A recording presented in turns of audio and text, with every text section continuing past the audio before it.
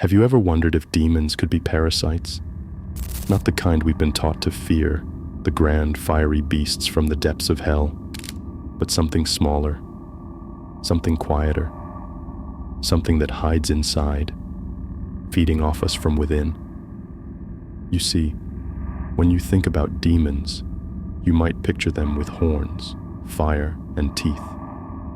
But what if they weren't like that at all? What if they were more like the parasites that live inside our bodies, unseen but ever present, devouring us bit by bit? Just as a parasite makes its home inside its host, sucking the life out of it, so too do demons.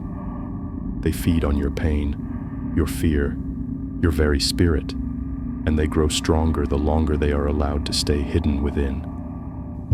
In the book of Revelation, creatures emerge from the bottomless pit, described as locusts with faces like men and teeth like lions.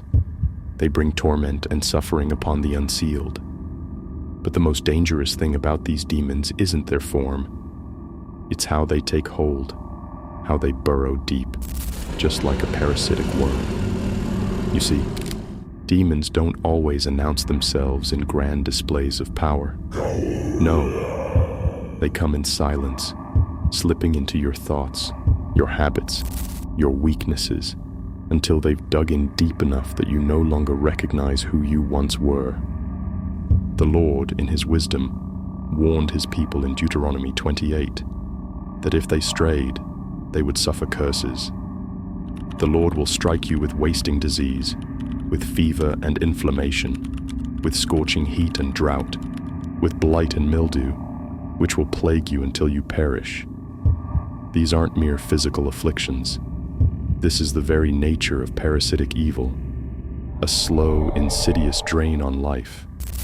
Much like the worm that works its way into the body, unseen but felt, demons work their way into the soul, draining you little by little until there is nothing left.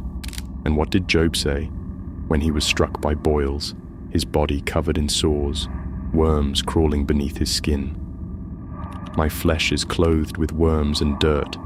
My skin is broken and festering. Job 7:5. You think those worms weren't a metaphor for the demonic forces at work? Just like those worms, demons burrow in deep, feeding on the pain and suffering they cause, until all that remains is a shell of who you once were. They latch on, hold tight, and never let go, unless you force them out. Now, in the book of Isaiah, the prophet speaks of the wicked hiding in the holes of the rocks and in the caves of the earth. Isaiah 2:19, when the terror of the Lord comes upon them. Think of those holes as places where demons, like parasites, nest and breed, far from the light of truth. They don't face you head on.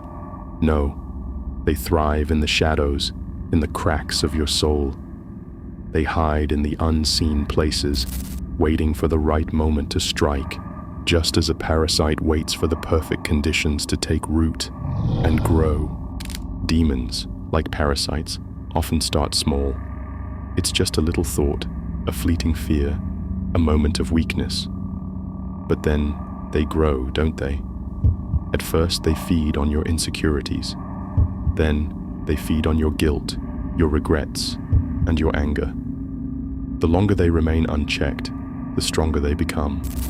And just like a parasite that becomes resistant to the host's defenses, demons become harder to expel the longer they stay. They burrow in, laying their roots deep. And by the time you realize they are there, they have become a part of you. But here's the thing. Just as a parasite can be eradicated, so too can a demon be cast out. You don't have to live with it, feeding on you and robbing you of life.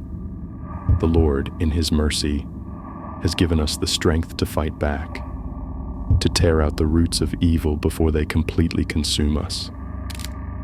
The Bible is full of stories of redemption, of people who, through faith, found the power to cast out the demons that had been feeding on them. But it requires vigilance. It requires courage. For if you let them stay long enough, Like parasites, they will take over. They will leave nothing but emptiness in their wake. The battle is never over, and sometimes it's the small things that do the most damage. The quiet demons that worm their way into your heart, your mind, and your body. But remember this, no matter how insidious, no matter how small, the power to defeat them lies within you. And perhaps, just perhaps, that's why parasites exist in the first place. Maybe they are demons in disguise, sent to enter our bodies, to destroy the very life God gave us. Could it be that their purpose is to drain us of the very essence of our being, to take away the light that was so carefully placed within us?